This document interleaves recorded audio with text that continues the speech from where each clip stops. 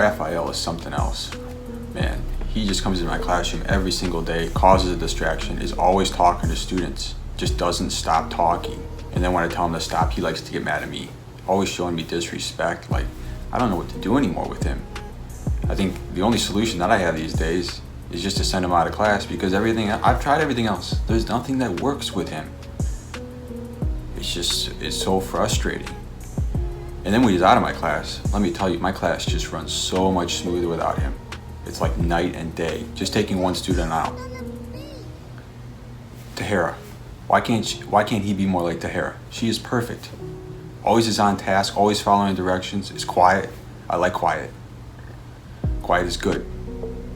I don't know what to do with it anymore.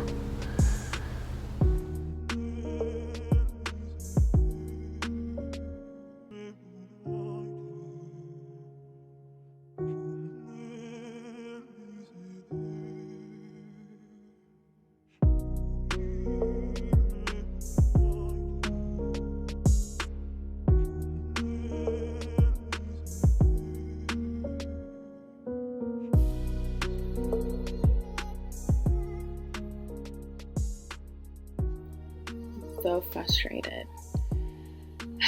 One of my students in my classroom is such a class clown, like your typical class clown. He's always making jokes at the wrong times. He's always bouncing around. It seems like his whole goal in my classroom is to disrupt everybody. What am I going to do with you, Paul? What am I going to do? You know what? He could just sit down and do the work. And then Rachel, she's not distracted. She does her work. But then when I call on her, she completely shuts down. She doesn't like to read aloud. And it's not fair because all the kids have to read aloud. So why doesn't she have to read aloud? I just don't know what to do with them. I wish they would just do what I told them to do the right thing.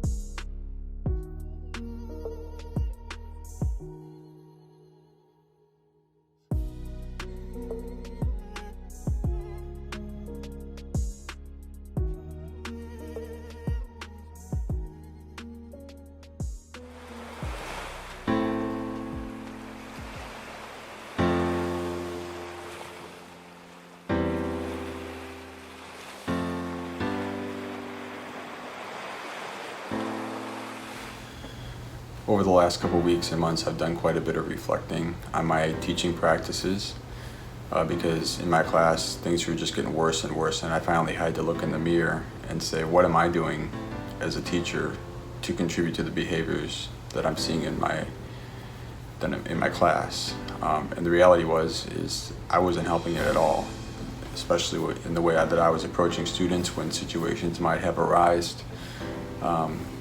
And it's through this reflection that I've learned that listening is really a powerful way in connecting with students and building trust and building a foundational relationship with them.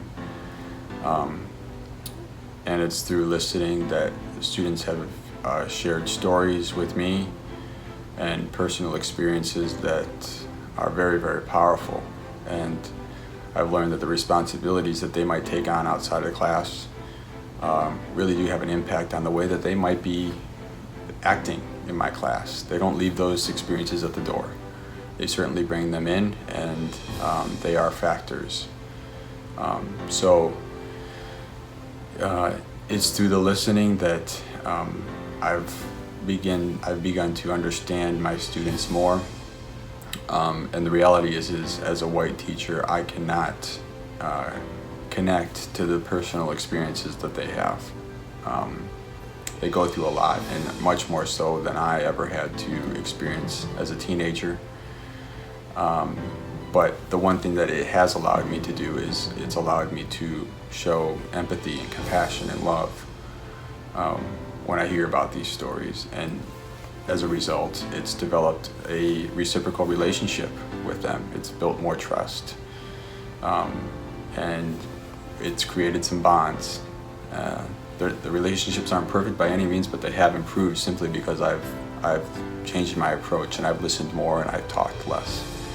And the one thing that I've learned in regards to like Tahara, for example, is that just because things on the surface seem okay, it doesn't mean that's the case at home. So I can't assume that, and nor should I. And Raphael, I was viewing all the negatives about him, but he really does bring a lot to the table, and he is really energetic. And if we can get him engaged in the right way and allow him to open up, he brings a lot to the table in our class. So, at times it's hard to look in the mirror, but when you do, you realize that your practices can be improved upon. And not only do they impact you as a teacher, because these stories have really impacted me, but more importantly, they impact our students. And that's what's really what it's all about. Because I just felt that he was always just looking at my negatives, and to be honest, I guess I was kind of looking at his negatives too in a way, It's because he was the adult, but like he's a person too, so I like that. I like that we see each other as people. And he told me I could always write a little letter to him if anything's bothering me too. He'll listen to me as long as it's not in front of the classroom. Like I could talk to him after school, and like he's willing to hash it out.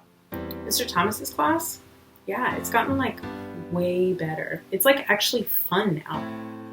I mean, he starts class by like letting us all share in a circle, and I mean, he notices if he says like I look like something's up and asks me how I'm doing. And like if I come in and don't want to talk, he like just listens and actually cares. And he helped me get counseling through the school. The counselor really helps. So like now if I need anything, I can just ask him for it. So it's really good. So last week, my school attended a PD which discussed the importance of institutional culture of care. And what was interesting to me was that this PD focused on the importance not just of the teachers, but the custodians at the school, the principal, the office staff, and the way that we all need to work together to create an environment where we engage students, but also show them that we actively care. Because according to some of the information that they shared, students behave differently. They see that everybody around them cares, therefore they want to do well, and also living up to high expectations because the community around them believes that they can achieve. And it also made me think about maybe some of the disciplinary actions that I've been taking in my classroom that may be like pushing away that idea. For example, like kicking students out of my classroom, that's not going to show them that I care. I'm literally pushing them away. So it made me think, what am I doing? What am I doing that is not improving this behavior? So I kind of want to go back to my classroom and take some time to listen to my students and get to know them, and maybe see what's going on at home, see what's going on outside, and just see what I can do to get them to feel more comfortable in the classroom, and so that they can apply themselves, because I do care and I just didn't know necessarily how to show them. And I feel like maybe I was showing or acting in more of a deficient model as opposed to an asset-based model.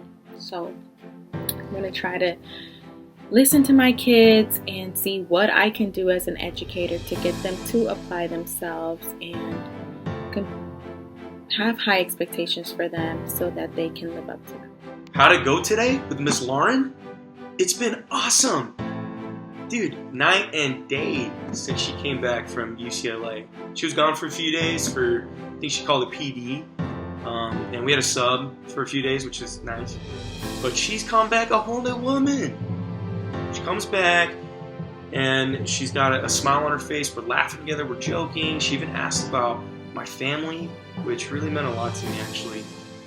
I got to share just a little bit about like some of the issues my family's going through. I don't know what they put in the water at UCLA, but I want some more. It's been awesome. I've been participating in class lately. First, Ms. Laren just asked me to read to her and then to small groups. And then she also gives me questions beforehand so I can write my answers down and read from my notes when she calls on me. It's easier this way. I don't get nervous and I remember what to say. It's cool. Ms. Laren's awesome. She believes in me.